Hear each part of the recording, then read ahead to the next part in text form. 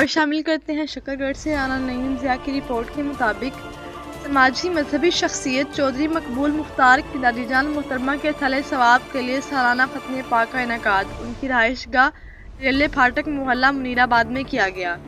इस प्रोग्राम में किला हजरात ने तिलावत कुरान पाक पेश की। नात खानों ने हज़रत सल्लल्लाहु अलैहि वसल्लम की बारगाह में गुलहाए अक़ीदत पेश किए।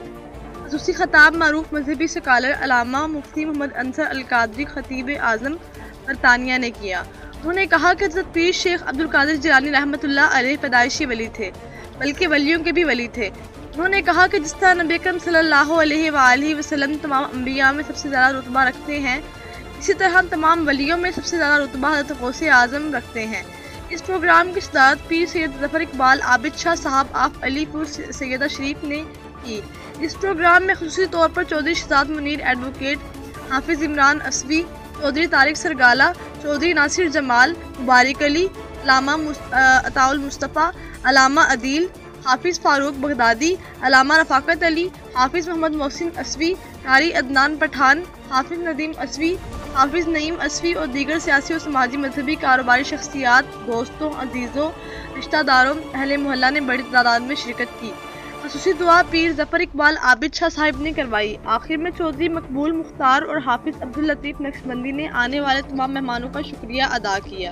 खड़ा हो जा, ये सिलसिला आलिया चूरा शरीफ चूरा में जाके लसानी बनाते हैं, किसी को कुछ अता करते हैं, किसी को कुछ अता करते हैं।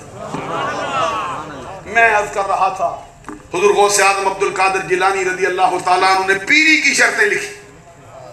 दाता साहब ने 8, कभी वक़्त हो मैं सारी गरवा के सुनाऊंगा आपको। आम किताबों में 4। पहली शर्त यह है कि सुन्नी सही लकी।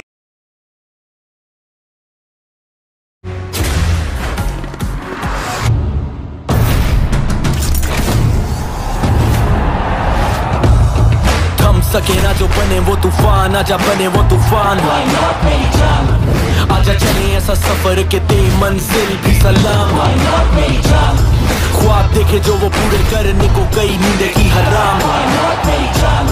सारा खून पसीना और ये जान जनून के नाम।